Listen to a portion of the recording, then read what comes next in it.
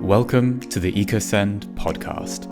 Be inspired, educated, and entertained by the world's most ambitious leaders, putting climate at the top of their agenda. Hi there, welcome to another episode of the EcoSend podcast. I'm James, your host, and I am very excited today to be joined by Tristan Lochon, who is a filmmaker. And it is not often that I get to speak to someone who has the awesome job of making films for a living. So I am thrilled to be joined by Tristan. Tristan is both a filmmaker and a journalist who's traveled all across the world and has recently brought out an incredible movie, an incredible documentary called Responsible. The title is Responsible. There is no business to be done on a broken planet. And I had the pleasure of seeing this movie recently with a bunch of other wonderful people in London. And it is just a fantastic thing. So I am very excited to talk with Tristan about the movie, about the making of the movie, and about his career. So I will be quiet now, Tristan, and say hi. How are you doing today? Hi, great. Thanks a lot for having me. It's my first ever recorded podcast in English, so I'm super happy to experience that with you, James. Amazing, Tristan. I think you'll be a natural because of all of your time working in the world of movies and films. So, Tristan, it's such a pleasure to have you on the show. I feel like I'm speaking to a celebrity, so it's really cool to have you here. I'm keen to hear a little bit more from you about what you're doing, about what you're working on at the moment, and how would you summarize yourself in your own words? Well, I'm currently working for a company named Welcome to the Jungle. It's based in France, but we have offices around the world in the UK, Czech Republic, and the US. We have been producing content, so I've been here since 6 years, and we have been producing content about the world of work. So mostly on social media and YouTube and small videos, but also bigger piece like 26-minute documentaries on mental health issue, for example, that I directed on the future of work. I know a big topic in the UK is a 4-day work week. We did an experiment ourselves on implementing the 4-day work week within our company, and so we documented it as well. So yeah, I come from a journalism background, like you said, working for TV channels, hard news TV channels here in France, production companies, and since 6 years I joined that company, who is a recruitment platform, but on the side has launched a media since 10 years now, and being able to reconcile these two worlds, like the recruiters and the people looking for jobs, and providing them with the best content on the world of work. So that's why I'm here to produce content. And Responsible is our first feature film. And I directed it with Julien Demont, who is my co-worker, and we have been doing most of the pieces I was telling you about together. And so it took us 3 years to make our first feature film, and we are super happy to broadcast it everywhere through private screening. Amazing. I'm excited to unpack a lot more of this, Tristan. So I guess. For those, so you've released this movie called Responsible. It's really about how business can be done in a better way, and dives into. I mean, you could do a better job of summarizing it, but the movie. How have you gotten to a point of making that movie, and what has made you care about this world of sustainability and business for good? Yeah, so as I was saying, we produced a lot of content related to work-related topics. And at some point, the same way we had the idea of making a documentary about the syndrome of burnout on mental health, we thought like we need to make something about the responsibility of companies facing the world's most pressing problems, environmental, social problems. And at first, I didn't know much about the topic of responsibility for companies. I didn't know if it existed. Was a bit skeptical. There's a character in the film, Andy Fife, who is an American working for B Lab since 15 years. And he calls himself a healthy skeptic, and I kind of relate to that because yeah, when we started the film, we thought the responsibility of companies is such a big topic that it needs to come out on a longer piece than what we are used to do. And that's why we decided to make a film. And the idea came from Marie Ouvrard, who is the producer of the film, one of the producers, and she came to me with a book from Yvon Chouinard, Let My People Go Surfing, the founder of Patagonia. I don't know if you read it. If you haven't read it, it's great, and everyone who is listening should read it. Yeah, And we'll make sure that's linked to in the notes so that people can yeah, go find that. Yeah. and it's basically about how he decided to run Patagonia at first in a time where like those kind of topics weren't such a thing as it is now. And her idea was she knew that Yvon Chouinard doesn't give any interview, and she wanted us to have like the exclusive interview of Yvon Chouinard, and through that get to the idea of what is a responsible company. And so basically we didn't have the interview from Yvon Chouinard, but that led us to who is following his path and who is trying to address responsibility as a major topic for their company. And that's how it started. Yeah, it was like trying. The code name of the film was first Looking for Yvon, which was really a perfect name for a film, and and then it became Responsible because we have met so many different people to talk about that in different industries, different sector. My goal was also to show that it can be done in many industries and many company size. So yeah, that's basically it.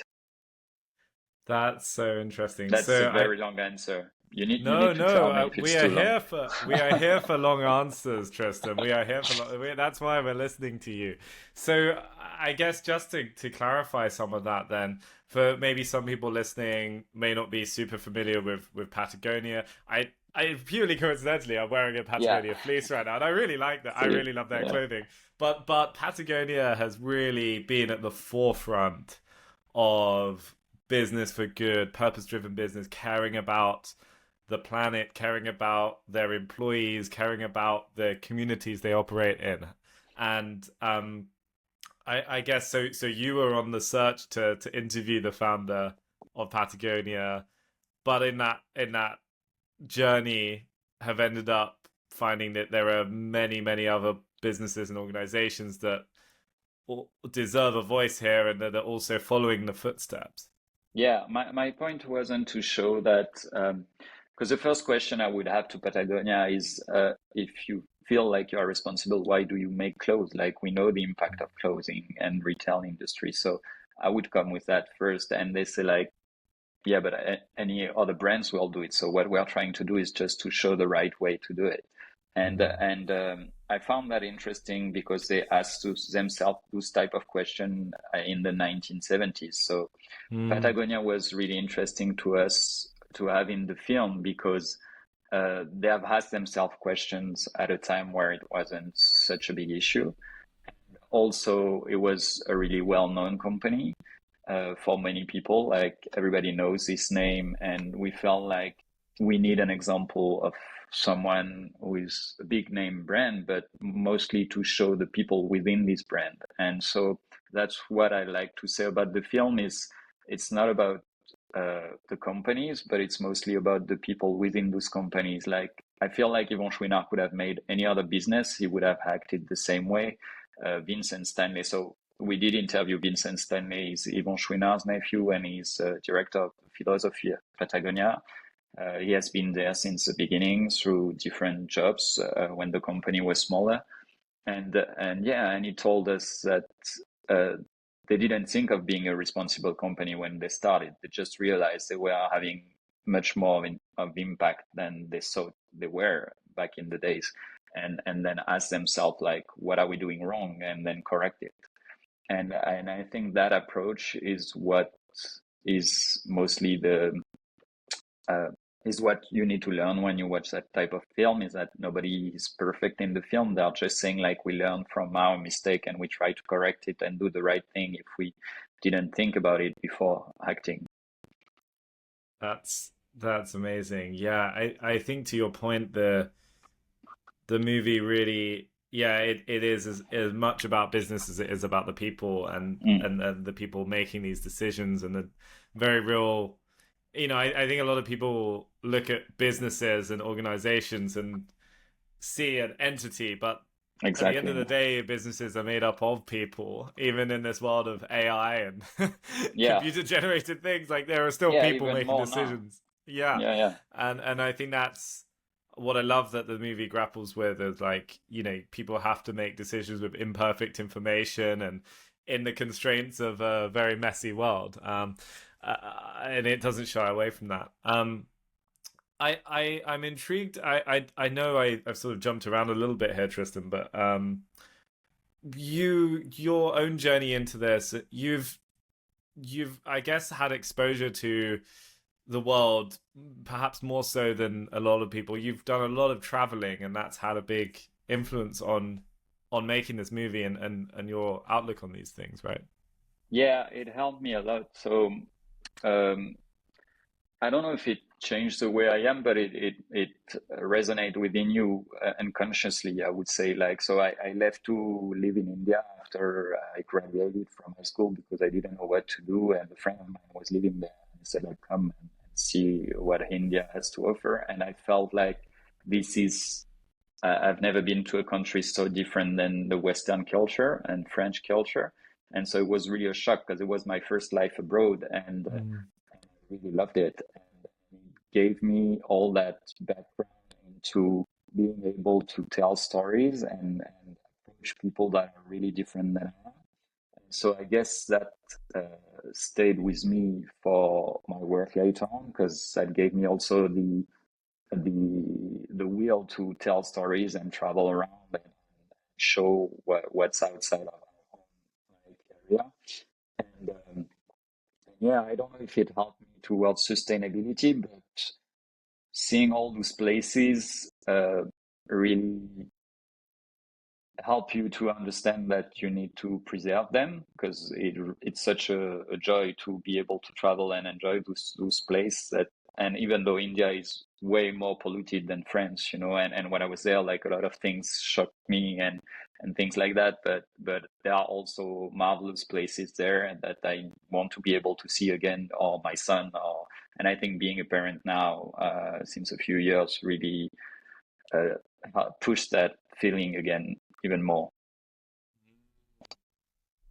That's yeah, absolutely. So yeah, it took sort of seeing a world you want to change, you want to perhaps protect, and you want to improve.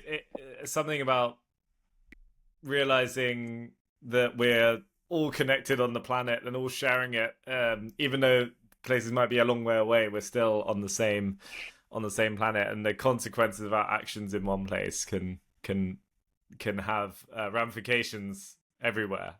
Yeah, Is a exactly. fascinating one. And yeah, and this first travel led to many others that I had in different places, and I felt the same way with everywhere you go, and then you Yeah. see like a catastrophe happening in a place that you have been to, and it feels like a bit weird because you feel that you know what's happening there, even though you aren't experiencing uh, Mm. a list of their problem. But yeah, it just That's stays with you, I think. That's interesting. Yeah. So yeah, I guess a lot of the news and information about climate change can often be affecting. It's often the first place to affect is not necessarily Paris or Yeah, London, where yeah, we're both exactly. based. And so I guess yeah, when you've been to other places in the world and you see then on the news what is happening climate wise, what is being affected, it has a much deeper connection, I assume. Yeah, that's exactly. It just happened actually a few weeks ago. There was a big flooding in North Carolina where Mm. Andy, a character from the film, lives, and Mm. I know him. I met his family, and for the film responsible, and I just realized the place. Like I read an article where he testified about it and how horrific it is, and I just realized the place where we filmed the interview was just swept away, and all of his like life was turned upside down, and you feel Wow. scared for them. You feel um, sad, and at the same time also for the place later on, that you feel like, whoa, okay, so this marvelous home and beautiful place isn't there anymore, it's destroyed, and you need to rebuild it, and it takes a lot of strength and courage, and I think he's full of that, so I'm not Mm. scared for him, but I can't imagine what he has experienced, and it just yeah, it's sad. Yeah, wow, But I that feel that also is grateful to be able to know that, that kind of feeling. yeah, that's a level of connection to some of these problems that one Mhm. doesn't normally have, and it I guess if there was a positive or an optimistic outcome of that, it would be that perhaps it charges one up to want to do more, to change things, to change the status quo, to put things right. And I could I could feel that from watching the movie, Tristan, like this desire to kind of show more, to maybe bring people, not just yourself going to visit, but it gave everyone an opportunity to connect on that level. Like, you saying that there and having watched the movie, it's given me a whole nother level of connection to some of these situations. Yeah, It would be great to hear a bit more about the process of making the movie. I guess, yeah. So you were saying how you started with trying to speak to the founder of Patagonia. You ended up speaking to many people from a range of businesses, traveling around the world to meet on the ground some of these people. I also would say, like, the movie doesn't necessarily judge good and bad or right and wrong. It's a very balanced, I think, movie, and looks at both sides. Curious, I'd just love to hear more about your thought process and the development of the movie, and how some of those things came yeah, about. sure. Like I said, so at Welcome to Jungle, we try to help people understand the world of work in a better way.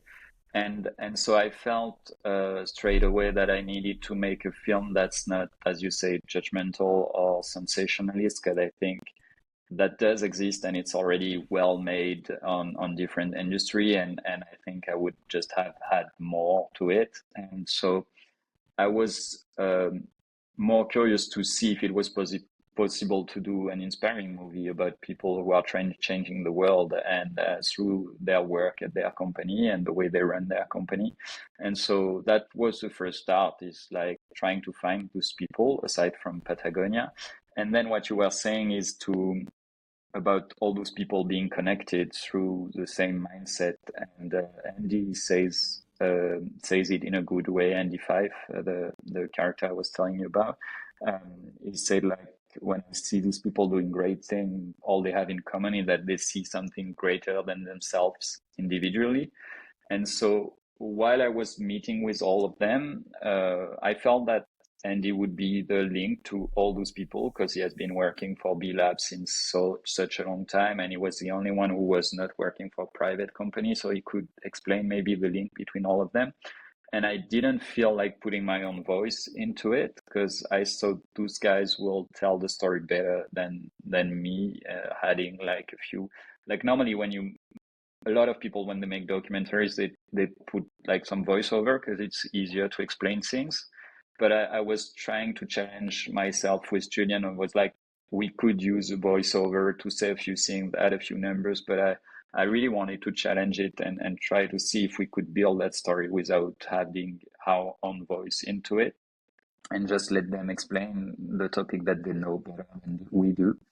And I think, yeah, it worked pretty well, because they all share this mindset of being inspired and positiveness, and they all know the work that the other one is doing, even though they live, like, one in the US, one in Sri Lanka, one in the UK. And that's what fascinated me, is that they really share something in common. And that's why I was saying at the beginning of the recording that you could put them in any other company or any other sector, they would sing the same way, and that's what I really wanted to show while structuring the film. Yeah, absolutely. It's so interesting hearing you talk about some of those decisions as, like, someone who knows very little about filmmaking to hear those debates you've had, and I can only imagine how challenging it can be to bring something together that Yeah. ultimately watching the movie feels like a very cohesive, well considered thing, but really, you're not giving people a script and telling them what to say. You're filming conversations, you're filming moments, and it's I think there's a lot to take there from, we were speaking before we started recording about how, Tristan, you were saying, like, I don't know if there's a lot for someone in business to take from some of the things you have to say, but I think I see so much of that, and it relates so much to, like, putting a product into the world, or growing a business, and bringing a team together. There's so many traits there where, like, you're facing similar challenges, and it's just really interesting to hear the challenges you face and how they relate, and seeing the outcome of that work is incredible. Yeah, that's exactly what, like, if I had to to find similarities between me and them, I would say that my way to kind of do my part through my work is to tell the good stories through the right people. And I felt that that's my sustainability goal. I can say, like, if I'm making a film about responsibility, if I'm making a film about mental health issue, I need to ask the right people who knows better than I the topic, what they would say about it, how to act, etc. So to me, it was to deliver the right message through the right people. And I think the panel of speakers that we had, I've done a lot of private screenings through companies, and people relate to those guys or those company work or mindset. And so I felt that I was right. At first, you are fact checking everything, and you are like, but who is this guy? And then you realize that he's well known to, like, the business world, and maybe to me it was much more impressive. Like, I'm super happy that the film is out, and and yeah, so I just felt like I think I had a cast that is so wide, and to me it was really important not only to have the people at the head of companies, because, for example, there is, like, this company Tony's Chocolonely in the film, who is trying to eradicate make chocolate 100% slave free, so fight against child labor in Western Africa, in Ghana and Ivory Coast.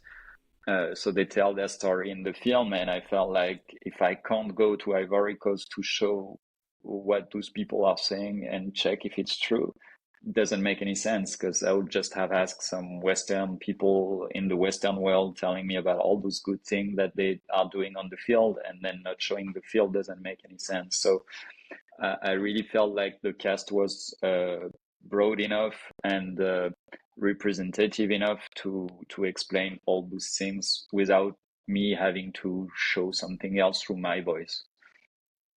Yeah, I think that was something that really resonated for me, that, as you said, like, the business world is often very focused on decision making at the top. And, when you are a founder of a company, or in any kind of senior role, like, you look to other people in your industry and what they're doing. And, primarily that is in the Western world. And a lot of that is naturally, like, in big cities.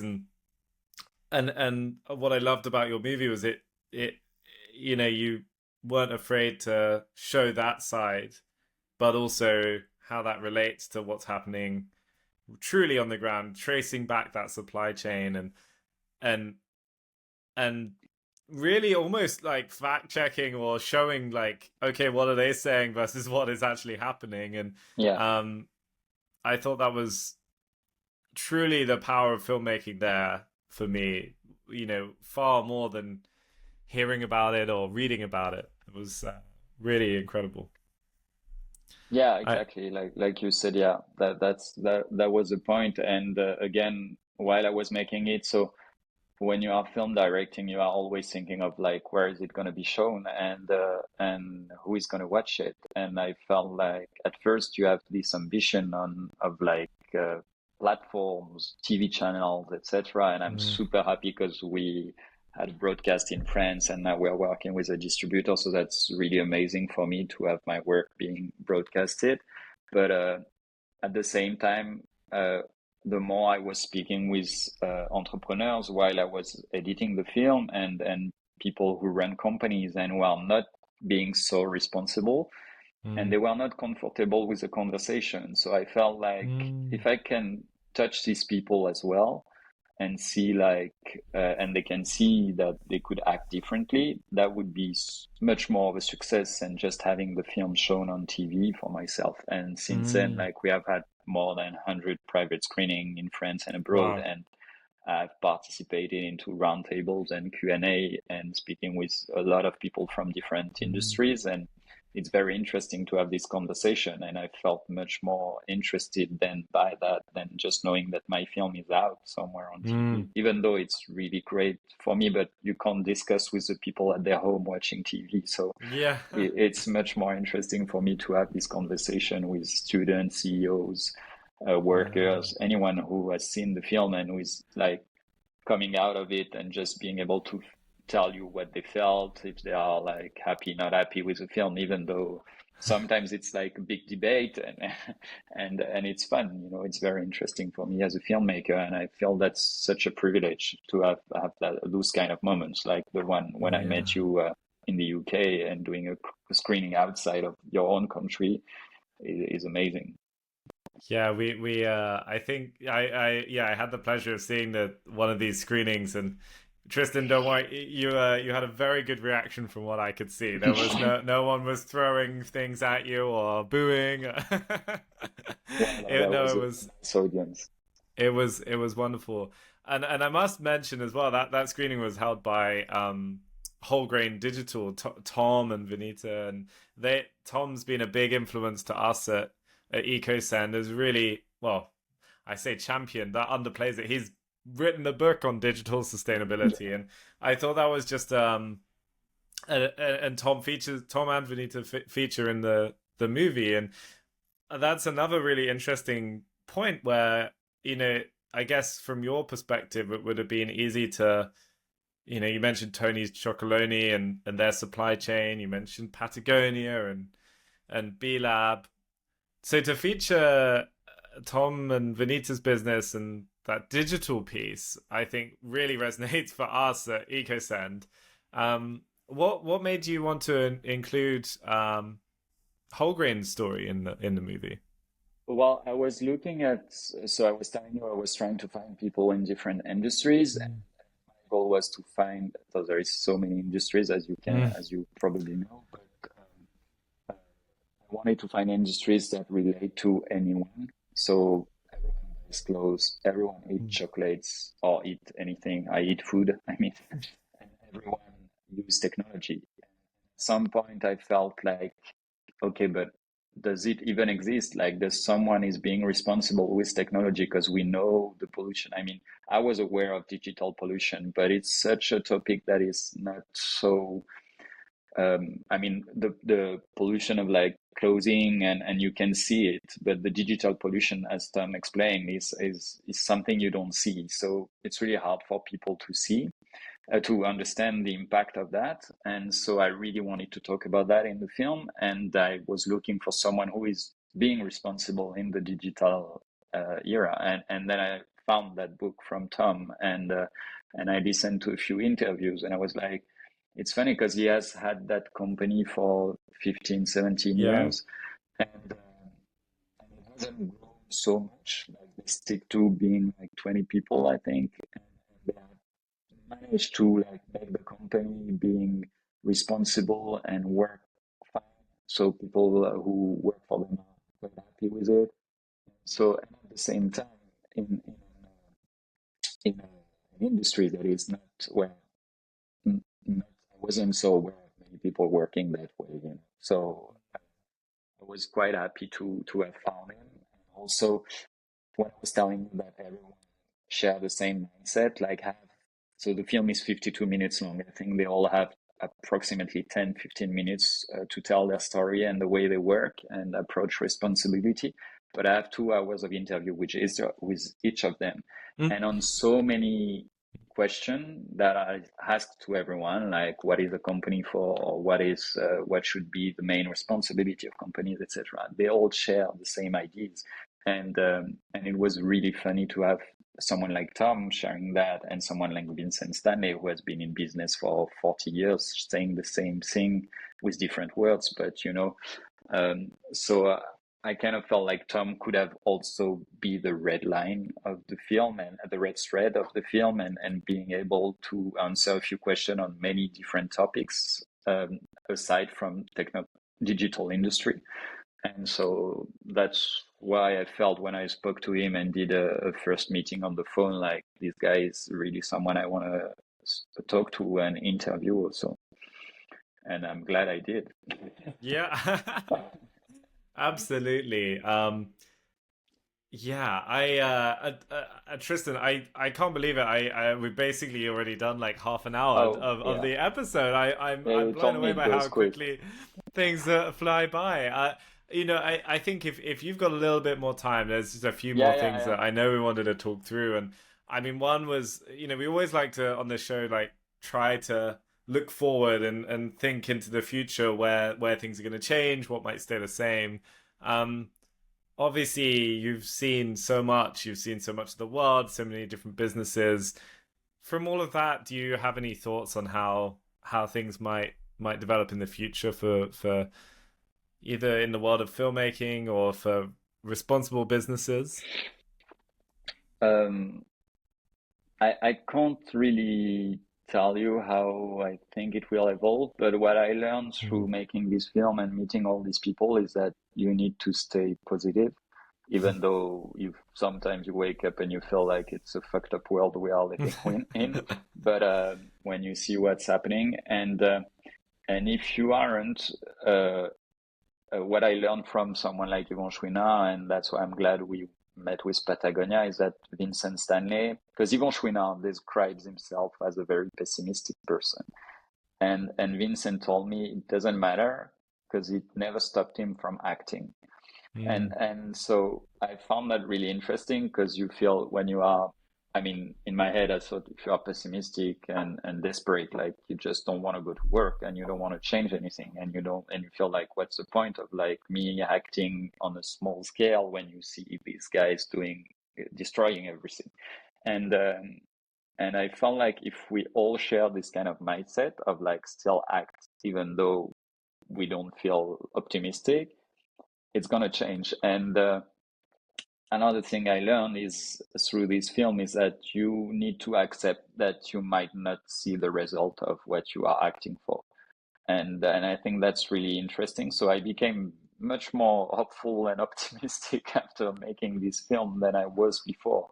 And I really feel now like, what's the point of like, not waking up and not just wanting to change things, because otherwise let's just stop living right now, and if you'll feel more happy about trying to change things than not doing anything.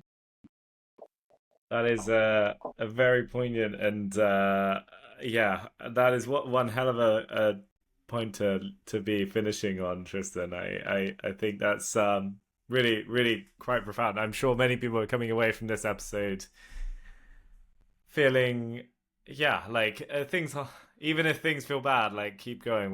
We're doing the right things. If we're doing the right things, just keep going. Don't stop. And these small steps, like you might really think that it's nothing, but I think they still have an impact. Like not making these steps is worse than making them. So let's just make them. Yeah. Tristan, thank you so much. I think we've covered so much on today's show. I would. I can barely put into words how much I recommend people go try to see the movie. I know that while the movie is not yet on any any of these TV streaming platforms, what you're really trying to get people to do is have screenings of the film, right? Yeah, like you can organize that through your company, organization, uni. Just write to us. Yeah. You are we'll put the the email the address email. in Yeah. the show notes for sure. Yeah. Yeah, and it just Yeah. takes a room and a few people, and it has to remain private. But yeah, you can watch the film and talk about it and have this conversation between you and other clients or entrepreneurs or companies. And the more people have this conversation, the better it will get. Fantastic. Tristan, thank you so much for joining me on the show today. It has been truly a pleasure. Thank you again for making a piece of art really with the movie. Thank you. It's really wonderful. And I am so excited for more people to see it, because that will lead to more positive change in the world. And Hope that's what we so. all Yeah. need. Thank you very much, James. Thanks to you. And yeah, let me know if you watch the film, what you think. Not you, I mean the people listening to the Yeah, podcast. absolutely, absolutely. No, thank you, Tristan. Thank And you very much. thank you, and thank you for watching and listening to the show today. As mentioned, yeah, if you want to arrange a screening or if you want to learn more, get in touch, and we can probably point you in the right direction as well. And also, if you've enjoyed today's episode, please do share it with more people. Share it around. Give it a thumbs up, a 5 stars, and let us know, as it really helps spread the word about what Tristan's up to. So, thank you for joining us today, and we'll see you next time.